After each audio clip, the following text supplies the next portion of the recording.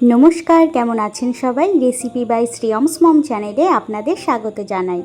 আজ আমি আপনাদের সাথে রাজস্থানের ফেমাস মিষ্টি রাবড়ি ঘেভারের রেসিপি শেয়ার করব। তো ঘেভারের যেই প্রসেসে বা যেই টেকনিকটি আছে সেটি বানানো কঠিন বা ঘেভারের বেস বলতে পারেন। আর রাবড়ি যেটা বানিয়ে থাকি আমরা বাড়িতে সেরকম তো হবেই। যাই হোক, স্টেপগুলি আপনারা দেখে নিন। প্রথমে নিয়েছি একটি পাত্রের মধ্যে 4 চামচের মতো ঘি। এবারে আগের থেকে একটি কাটরি বা বাটির মধ্যে আমি বরফ জমিয়ে রেখেছিলাম জল দিয়ে, তো সেটিকে দিয়ে ঘিয়ের ওপরে ভালোভাবে এইভাবে গোল গোল করে ঘুরিয়ে নিতে হবে, তাতে ঘিটি কিন্তু জমে গিয়ে মাখনে পরিণত হবে।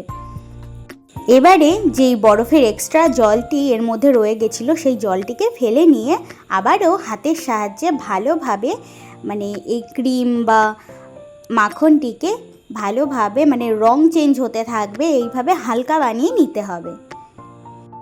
বেশি কিন্তু সময় লাগে না, তবে একটু ধৈর্য ধরে 10 মিনিটের মতো সময় দিলেই এই মাখন একদম তৈরি হয়ে রেডি হয়ে যাবে। তো আমি 4 চামচ ঘিয়ের মধ্যে পরিমাণ মতো 200 গ্রামের মতো এখানে ময়দার ব্যবহার করেছি। তো আপনারা কিন্তু পরিমাণটা ঠিক রাখবেন, তাহলেই ঘেভার হতে বাধ্য। এবারে আমি ভালো করে মাখনের সাথে সমস্ত ময়দাটিকে ভালোভাবে মাখিয়ে নেব। তো আমি কিন্তু আটার মতো যেন মাখানো না হয়ে যায় আবার, তো এইভাবে ঝুরঝুরে করে মেখে নিতে হবে। তার মধ্যে দিয়ে দিচ্ছি 1 চামচের মতো বেসন এবং 1 চামচের মতো গমের আটা। তো আপনারা কিন্তু এরকম 1 চামচই ব্যবহার করবেন। তো এক্সট্রা থাকলে যদি মনে করেন থাক এক্সট্রা আছে একটু দিয়েই দিই, সেটা করলে কিন্তু হবে না। এখানে কিন্তু পরিমাণটা খুবই ইম্পর্টেন্ট। তো যাই হোক, আমি 2 হাতের সাহায্যে ঘষে ঘষে ভালোভাবে মাখনের সাথে ময়দাটিকে মাখিয়ে নিচ্ছি। কনসিস্টেন্সিটা যেন একদম ঝুরঝুরে প্রকৃতির হয়। আশা করি আপনাদের বুঝতে কোনো রকমের অসুবিধা হচ্ছে না।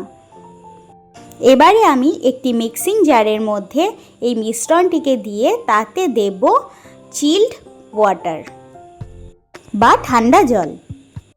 তারপরে একটি স্মুথ ব্যাটার আমি তৈরি করে নেব। কোনো রকম লাম্পস বা গুটলি যেন না থেকে যায়। আশা করি আপনারা দেখে বুঝতেই পাচ্ছেন যে জলটি কতটা ঠান্ডা।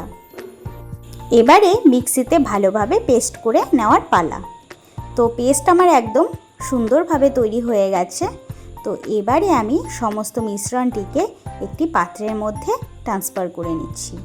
তবে এই মিশ্রণটি কিন্তু একদম পাতলা জলের থেকে একটুখানি ভারী হবে, এত ভারী কিন্তু হবে না। তাই এর মধ্যে আমি আরও জল মিশিয়ে নিচ্ছি, মোটামুটি তরলই রাখতে হবে।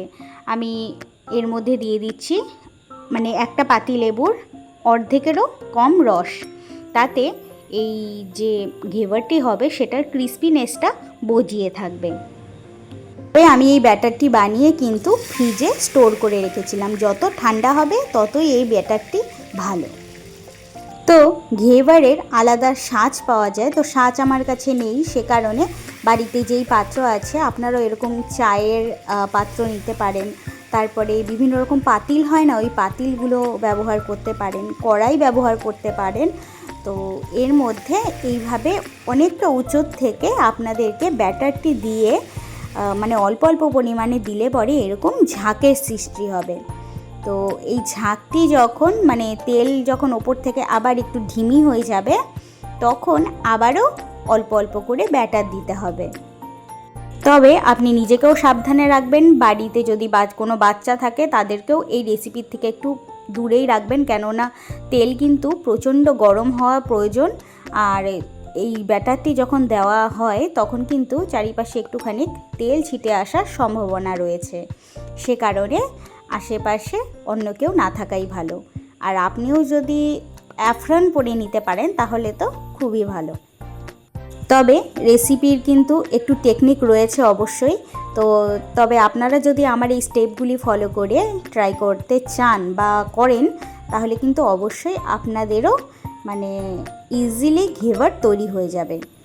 আর এইভাবেই কিন্তু করতে হবে। মাঝখানে দেখবেন এরকম হোলের মতো হয়ে যাবে, যেখান দিয়ে তেল দেখা যাবে, সেইখানেই কিন্তু বারে বারে ব্যাটারটি দিতে হবে। আশা করি আপনারা দেখে বুঝতেই পাচ্ছেন।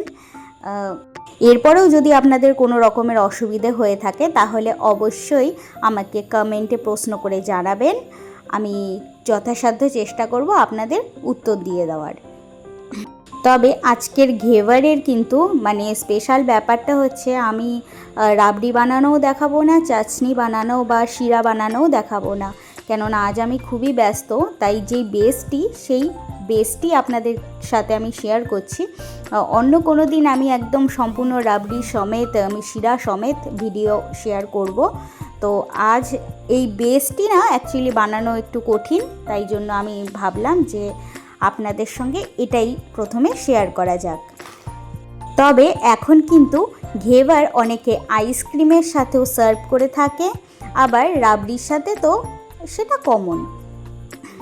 তো যাই হোক, সমস্ত জালিদার ঘেভার আমার একদম তৈরি হয়ে গেছে। আপনারা আশা করি দেখে বুঝতেই পারছেন, মানে একদম জালি জালি টাইপের, মানে মশারিও বলতে পারেন, এরম টাইপের তৈরি হয়েছে, তাই তো? বাড়িতে অবশ্যই এভাবে একবার বানিয়ে দেখবেন। বাড়িতে যারা থাকবে তাদেরও এটি খুব পছন্দের হয়ে যাবে। এমনি এমনি কিন্তু এটা রাজস্থানের ফেমাস মিষ্টি নয়। তো যাই হোক, আগের থেকে বানিয়ে রাখা এর মধ্যে মিষ্টির শিরা আমি দিয়ে দিচ্ছি, তারপরে দিয়ে দেব রাবড়ি। আপনারা আপনাদের পছন্দ মতো ইনগ্রিডিয়েন্টস দিয়ে অবশ্যই সাজিয়ে নিতে পারেন। তারপরে কিছুটা আমন্ড কেটে কুচি কুচি করে এর ওপর দিয়ে দিচ্ছি। আপনারা অনেক কিছুই ব্যবহার করতে পারেন, সিলভার কভার ব্যবহার করতে পারেন, তারপরে রোজ প্যাটেল ব্যবহার করতে পারেন। তো আমি আর সেই সব করিনি, আমার কাছে বিশেষ সময়ও ছিল না সত্যি কথা বলতে। যেইটুকুনি পেরেছি আপনাদের সাথে শেয়ার করার চেষ্টা করলাম। তবে এইভাবেই যদি আপনারা বানান, বেসটি বানাতে পারলেই ব্যাস, তাহলে যার সঙ্গে আপনি ট্রাই করুন না কেন খেতে অপূর্ব লাগবে। আর রেসিপিটি যদি ভালো লেগে থাকে তাহলে লাইক, শেয়ার এবং সাবস্ক্রাইব করে অবশ্যই আমার পাশে থাকবেন। তারপরে এইভাবে আরও চেষ্টা করব নতুন নতুন ভিডিও আপনাদের সামনে নিয়ে আসতে। ততক্ষণের জন্য টাটা, বাই বাই। সবাই ভালো থেকো, সুস্থ থেকো, আনন্দে থেকো। ফাইনাল লুকটি আপনারা দেখে নিন।